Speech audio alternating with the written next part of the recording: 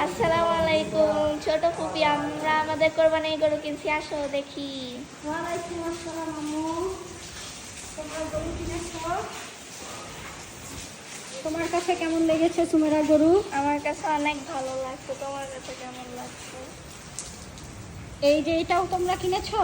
হ্যাঁ, তোমার কাছে কেমন লেগেছে এটা? আমার কাছেও ভালো লাগছে। তুমি কি ওকে খাওয়াইছো মা? হ্যাঁ, খাওয়াইছি। কি খাওয়াইছো? ঘাস? একটু কলা পাতা খাইছে। কলা পাতা খাইছে?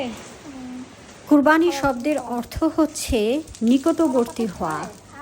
এটি প্রতীকীভাবে বোঝায় আল্লাহর সন্তুষ্টির জন্য নিজের প্রিয় বস্তুকে ত্যাগ করার মানসিকতা, এবং এই ত্যাগের মানসিকতা আসে হজরত ইব্রাহিম আলাইহিওয়াসাল্লাম, যিনি আল্লাহর আদেশে নিজ সন্তানকে কুরবানি দিতে উদ্যত হন, যা ছিল আনুগত্যের চরম দৃষ্টান্ত।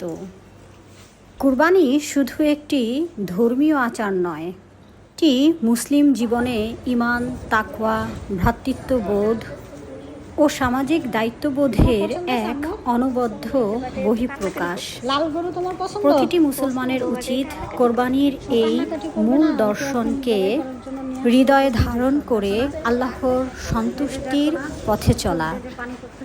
আল্লাহর অশেষ রহমতে আমরা এবছরে কোরবানির পশু কিনেছি। আগামীকাল ঈদ উল আজহা। সবাইকে জানাচ্ছি ঈদের শুভেচ্ছা।